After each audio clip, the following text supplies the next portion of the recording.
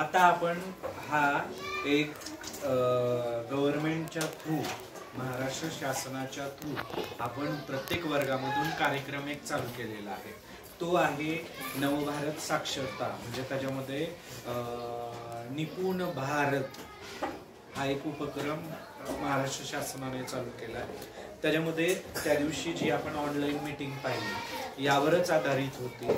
आणि पुन्हा एकदा तुम्हाला सांगतोय, तर याच्यामध्ये मी आपले वाचनाचे काही स्तर काढलेले आहेत. तर यामध्ये मी सांगतो की प्रथम भाषेसाठी आपल्याला वाचन, त्याच्यानंतर लेखन, त्याच्यानंतर संख्याज्ञान आणि संख्यावरील क्रिया या 4 गोष्टींसाठी आपण जशी तोंडी परीक्षा घेतो तसं रोज प्रत्येक विद्यार्थ्याचं घेणार आहोत किंवा घेण्यास सुरुवात देखील आपण काय केलेली आहे.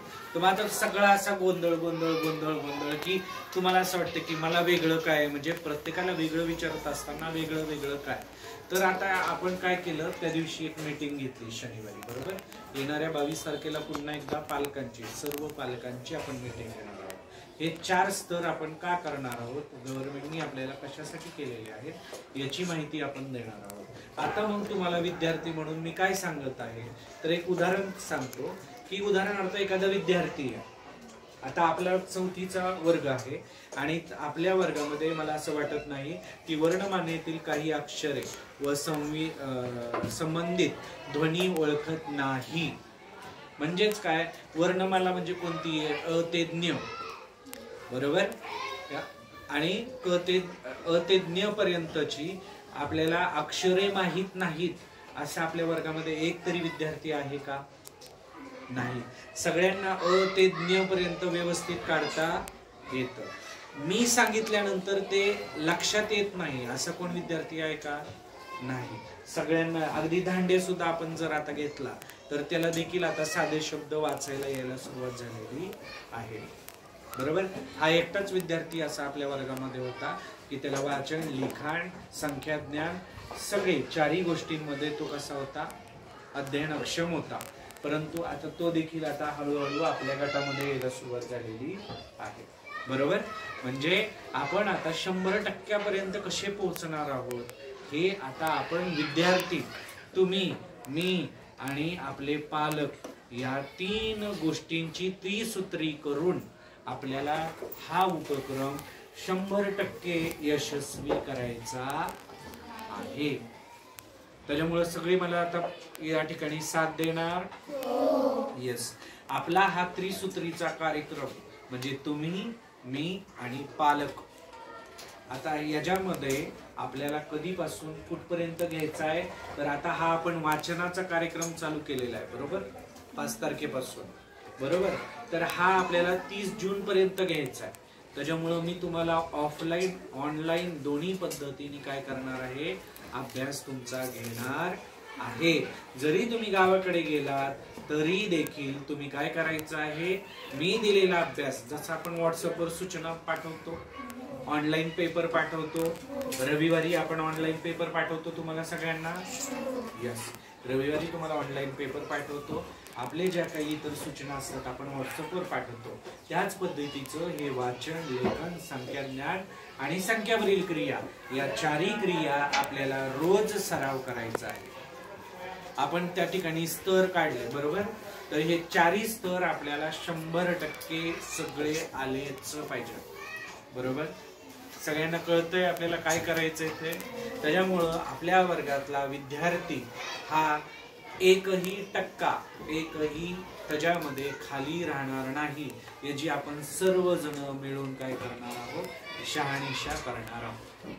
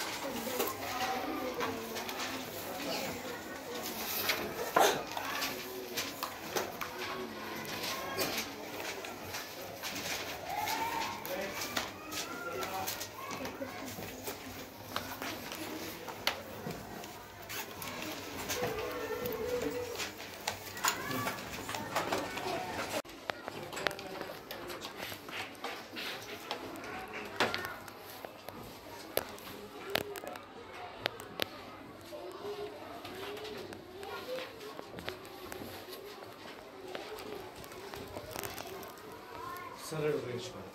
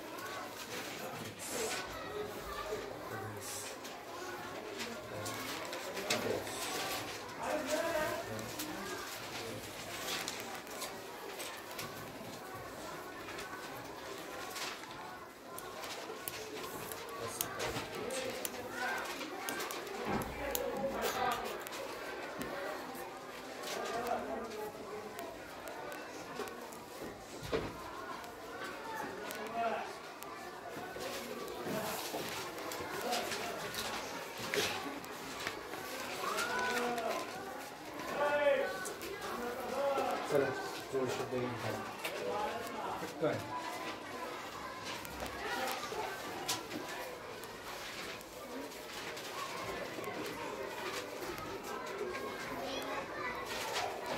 चला प्रत्येकाने आता आपलं सराव झालेला आहे.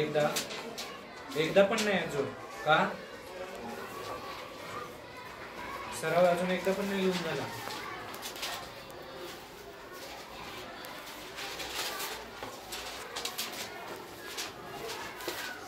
किती वेळ लागतो आपल्याला?